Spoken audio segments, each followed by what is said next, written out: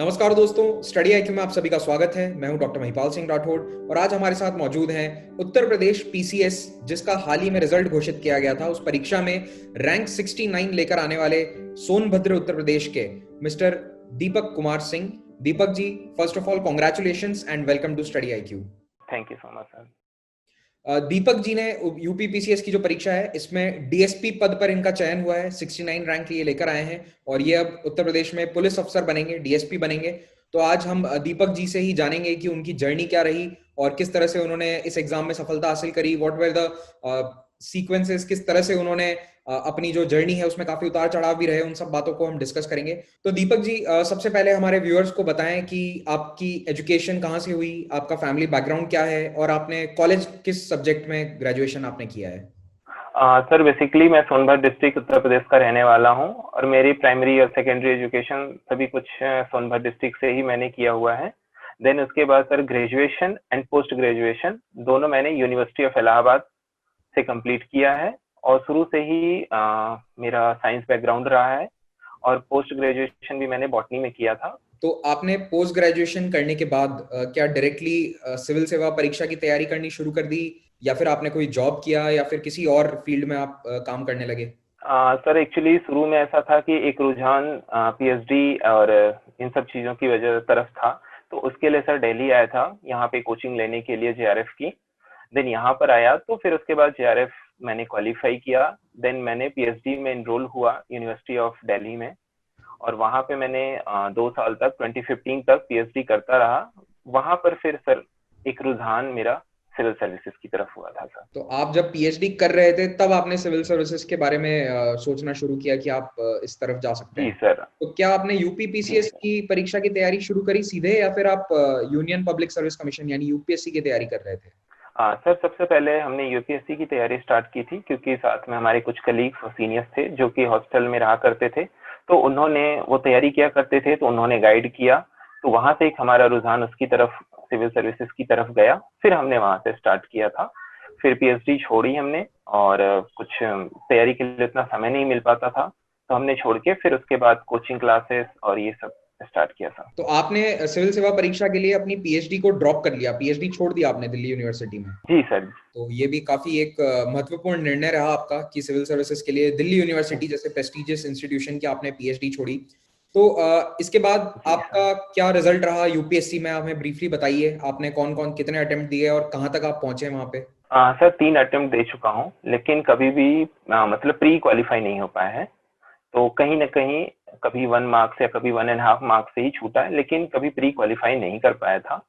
तो फिर काफी हद तक से जब 2018 में यूपी पीसीएस ने सिलेबस को पैटर्न को एग्जाम पैटर्न को यूपीएससी के जैसे किया तो एक एक चांस था कि हमें उस साल 2018 का प्री भी बहुत अच्छा नहीं गया था, उम्मीदों भरा नहीं था। तो ऐसा था कि मैंने यूपी और बिहार दोनों पीसीएस के लिए अप्लाई किया था सर उस साल। तो आपने मतलब अपनी स्ट्रैटेजी चेंज करी कि यूपीएससी नहीं, एक बार टारगेट यूपी पीसीएस को बनाया जाए। और जैसा कि आपने बताया कि सिलेबस चेंज था तो आई थिंक यूपीएससी के लिए थोड़ा सा, जो यूपीएससी की जी तैयारी कर रहे थे उन्हें थोड़ा फायदा मिल सकता था, लेकिन जी मेहनत सर। यहाँ भी पूरी है। तो आपने यूपी पीसीएस की तैयारी के लिए कुछ स्पेसिफिक तरीके अपनाए? प्रीलिम्स के लिए आपने क्या कोई टेस्ट सीरीज सॉल्व करी या फिर अपने नोट्स बनाए? किस तरह से आपने प्रीलिम्स की तैयारी करी? ऐसा था कि उस टाइम पे थोड़ा सा 2018 में या उससे पहले पेपर्स जो बेसिक फर्क होता है यूपी के साथ वो ये होता है कि वो फैक्ट बेस्ड क्वेश्चंस काफी होते हैं, लाइक सेंसस को लेके या ऑर्गेनाइजेशन या एग्रीकल्चर एंड मिनरल डेटा।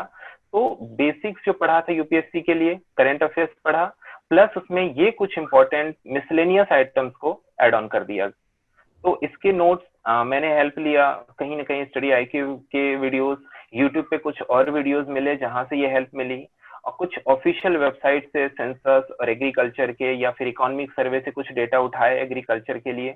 तो इस तरीके से खुद से ये चीजें कंपाइल की थी एंड कुछ मटेरियल्स मार्केट से जरूर लिया था बट वो उतने रेलेवेंट नहीं थे। ओके, मतलब आपने अपने खुद के नोट्स बनाना ज्यादा प्रेफर किया using the different materials that are available out there. जी सर, बहुत सारे मटेरियल होते थे तो एक्चुअली समझ नहीं आता था कि कौन से मटेरियल को यूज करना है। एंड सीरियसली कोई बहुत ज्यादा गाइडेंस इसमें नहीं था मेरे पास किसी का जो मुझे ये चीज क्लियरली बता सके कि कौन से मटेरियल यूज करने हैं नहीं करने हैं। तो धीरे धीरे पढ़ते पढ़ते और वीडियोस देखते देखते क्लियर हुआ कि हाँ इनके वीडियोस अच्छे हैं या फिर इनकी पीडीएफ ज्यादा बेस्ट है, कंपाइल्ड है।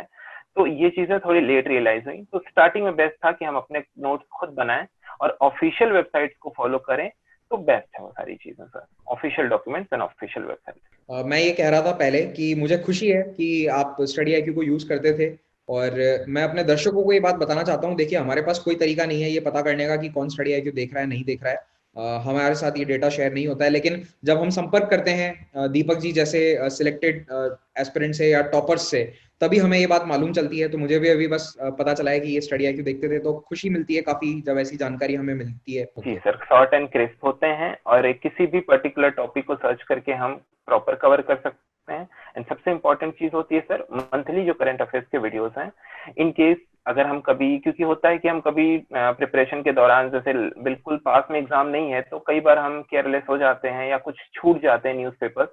तो अगर हमें उनको कवर करना है तो ऐसे में जो मंथली करंट अफेयर्स के वीडियोस होते हैं वो हमारी काफी हेल्प करते हैं। तो ऐसे में स्टडी आईक्यू की हेल्प ली है मैंने। मेरा अगला सवाल है रिगार्डिंग मॉक टेस्ट। तो प्रीलिम्स और मेंस दोनों के लिए आपने क्या मॉक टेस्ट सॉल्व किए थे? और वैसे तो पैटर्न चेंज हो गया था, लेकिन फिर भी आपने प्रीवियस ईयर क्वेश्चन पेपर्स भी सॉल्व किए? और अगर किए तो आपको कितनी मदद मिली उनसे? यस सर, काफी हेल्प मिली थी। मैंने एक कोचिंग इंस्टीट्यूट के मेंस की टेस्ट सीरीज मैंने रेगुलर लगाई थी, हर वीकेंड पे एग्जाम देने जाता था। एटलीस्ट इससे आपको अपनी गलतियां पता चलती हैं या आपका वे ऑफ राइटिंग में कुछ तो आपको इम्प्रूवमेंट मिलेगी। एंड आपको ये चीज आइडिया हो जाता है कि आप क्या चीजें सही लिखते हो, क्या गलत लिखते हो, 3 घंटे में क्या आप पेपर को कवर कर पाते हो या नहीं, आपको बुलेट पॉइंट्स पे ज्यादा फोकस करना है, पैराग्राफ पे। तो इस चीजों का बहुत आइडिया होता है, तो मॉक देना चाहिए। एटलीस्ट एक बार आपको अच्छी प्रैक्टिस होती है। बुलेट पॉइंट से मैं आपसे पूछना चाहता हूँ कि क्या आप यूपीपीसीएस के मेंस में बुलेट पॉइंट्स यूज करते थे, या फिर आपने पैराग्राफ फॉर्मेट को ज्यादा इस्तेमाल किया अपने आंसर्स में? एक्चुअली सर मैंने दोनों तरीके से किया था, क्योंकि पर्सनली जितना मुझे लगता है कि अगर हम कोई भी एक वे अपनाते हैं तो बहुत मोनोटोनस हो जाएगा।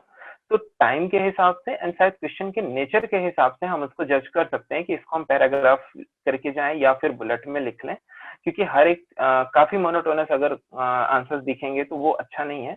हमें दोनों को सुटेबली यूज कर लेना चाहिए, जो भी सही लगे उस हिसाब। बट ये होता है अगर टाइम मैनेज करना है तो हमें बुलेट पॉइंट्स के वर्जन ज्यादा बेस्ट होता है सर। ऐसे पेपर के लिए कोई स्पेसिफिक तैयारी आपने करी हो तो वो हमें बताइए। नहीं सर, ऐसे के लिए बहुत स्पेसिफिक नहीं था। हाँ, जरूर ये था कि कोई भी पर्टिकुलर जो बहुत बर्निंग इशू होता था, उन बर्निंग इश्यूज पे 2 और 3 पेजेस के नोट्स बना लेता था। क्योंकि हम जीएस पढ़ रहे हैं, करंट अफेयर्स पढ़ रहे हैं, तो थोड़ा स्टैटिक पोर्शन ले लिया, थोड़ा करंट का पोर्शन, और अपने खुद के 2-3 पन्ने के A4 साइज पे हम उसको नोट्स बनाते जाएं। A4 साइज पे बनाने से फायदा ये है कि आपको कुछ उसमें नया अपडेट आता है तो आप उसको ऐड ऑन कर सकते हैं। एंड आप वीडियोस देखें किसी के भी जो भी पर्टिकुलर उस इशू को लेके है, एंड आप वहां से उसको नोट डाउन कर सकते हैं। एंड पर्टिकुलर जब तक एग्जाम नहीं होता उसमें फर्दर अपडेट्स को ट्रैक कर सकते हो। इस तरीके से इससे अपने आप कवर हो जाएगा अगर हम अच्छे से उस चीज को करें। हाँ, लास्ट में हम एक वो जरूर कर सकते हैं कि वुमन इश्यूज को एक जगह रिवाइज कर लिया, पॉलिटिकल इश्यूज को एक जगह, इकोनॉमिकली एक जगह। तो इस तरीके से हम इश्यूज को जरूर डिवाइड कर सकते हैं। आपने ऑप्शनल सब्जेक्ट क्या चूज किया अपना? सर एक्चुअली मेरा बैकग्राउंड शुरू से बॉटनी ही रहा है, तो मैंने बॉटनी को ही रखा है, कभी चेंज नहीं किया है।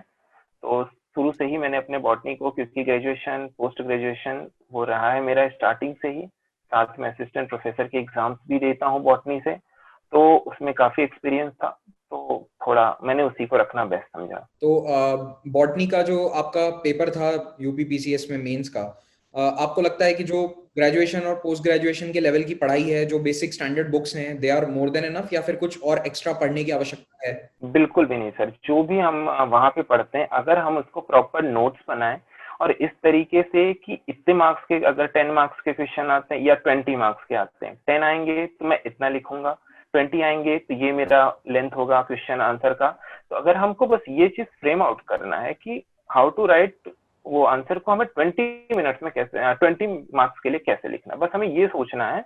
अदरवाइज आंसर सेम है, कंटेंट सेम है, कुछ भी एक्स्ट्रा पढ़ने की जरूरत नहीं। दीपक जी, आजकल काफी इलेक्ट्रॉनिक सोर्सेज भी हैं पढ़ाई के, यानी कि डिजिटल माध्यम से, और जो पेपर प्रिंटेड मटेरियल्स बुक्स हैं वो भी हैं। तो आप इन दोनों में बैलेंस कैसे करते थे? क्योंकि कई एस्पिरेंट्स ओवरवेल्म हो जाते हैं कि इतना सारा मटेरियल है, हम प्रॉपर बैलेंस कैसे पता करें, स्ट्राइक आउट करें? सर बेसिकली तो अपने नोट्स के साथ जाना चाहिए, बट टाइम पॉसिटी की वजह से कई बार पॉसिबल नहीं होता है।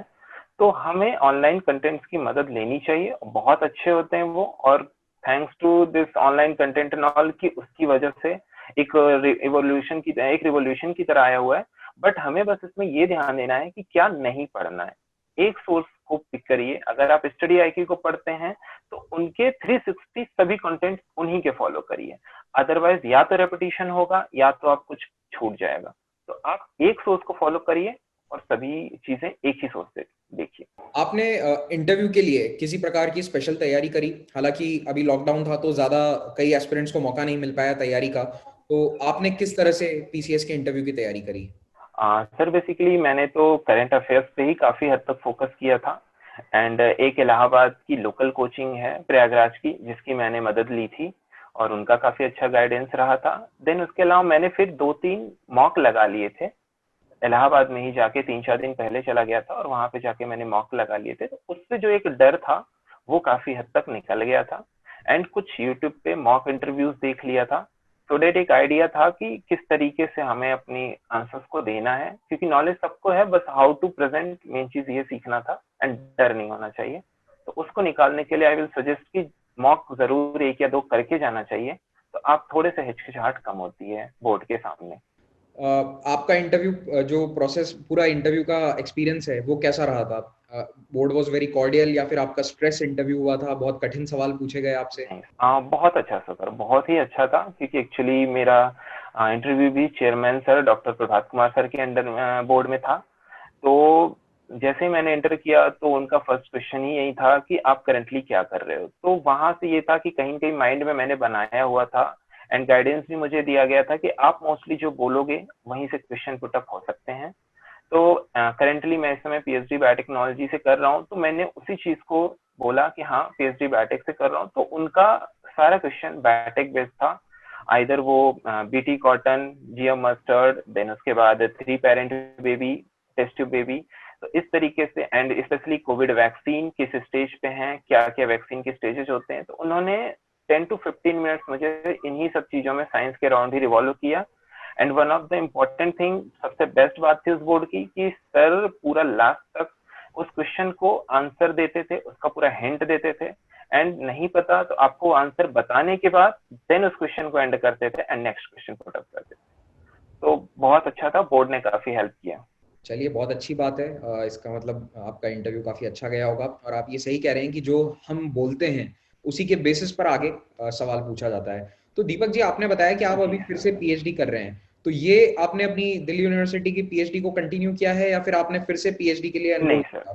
दूसरी जगह। जी सर, एक्चुअली मैंने बीच में जेआरएफ क्लियर किए थे, तो मैंने उस बेसिस पे यहीं पे दिल्ली में ही गुरु गोविंद सिंह इंद्रप्रस्थ यूनिवर्सिटी में फिर से रजिस्टर किया है sir, just to continue my education and all. Yes, आप अपना बैकअप बनाकर चल रहे थे स्ट्रॉन्ग, आप अपनी पीएचडी फिर से कंटिन्यू कर रहे थे। इट्स अ गुड थिंग, मेरे ख्याल से करना चाहिए। कोई ना कोई अच्छा बैकअप प्लान जरूर होना चाहिए हर एस्पिरेंट के पास। तो अब जी तो सर। आप खैर पीएचडी शायद परस्यू कर पाएंगे, मैं उम्मीद करता हूँ कि किसी तरह से कर लें और साथ साथ में अपनी जॉब भी कर जी लें। सर। और मुझे पूरी उम्मीद है कि आप बहुत अच्छे ऑफिसर बनेंगे, पुलिस ऑफिसर बनेंगे उत्तर प्रदेश में। तो दीपक जी, लास्ट में मैं आपसे बस एक ही रिक्वेस्ट करना चाहता हूँ कि जो एस्पिरेंट्स यूपी पीसीएस को फिर से अभी देने वाले हैं, एग्जाम का डेट आ ही चुका है, तो उनके लिए आप कुछ सुझाव देना चाहेंगे? Any words of wisdom? Sir जितना मैंने देखा है 4 से 5 इम्पोर्टेंट बातें हैं। सबसे बड़ी चीज है कि लर्न फ्रॉम योर फेल्योर। अगर कुछ गलती हुई है पीछे, क्योंकि मोस्टली फर्स्ट अटेम्प्ट है तो बेहिचक जाएं, लेकिन अगर सेकेंड या थर्ड अटेम्प्ट है तो अपने फेल्योर से जरूर एक बार कुछ सीखें कि क्या चीज नहीं करनी है। दूसरी इंपॉर्टेंट चीज है सर कि एक हमें इम्परफेक्शन वाला एक स्टिग्मा होता है कि हम जब बहुत अच्छा लिखेंगे, हमें नॉलेज होगी तब आंसर राइटिंग करने जाएंगे, बहुत अच्छा ऐसे रट लेंगे तब हम ऐसे लिखेंगे।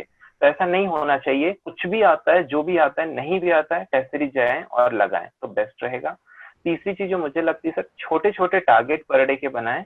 आप उसे टू डू चेकलिस्ट में जरूर रखें और उसे अगली रात को जाके कट कर दें कि हाँ मैंने आज ये चीजें की। ये छोटे छोटे टारगेट्स काफी हेल्प करेंगे हमें बड़े टारगेट्स को अचीव करने में।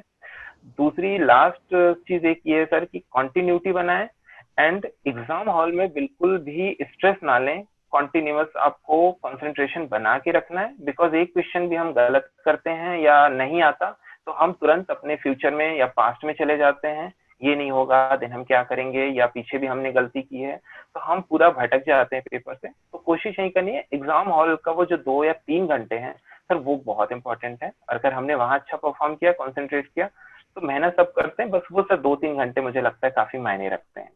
चलिए इसी के साथ हम ये सेशन आज का समाप्त करते हैं। Thank you so much for giving us your time and we wish you all the best for all your future endeavours. Thank you so much sir. आप सभी को भी धन्यवाद जो ये सेशन देख रहे हैं। नमस्कार।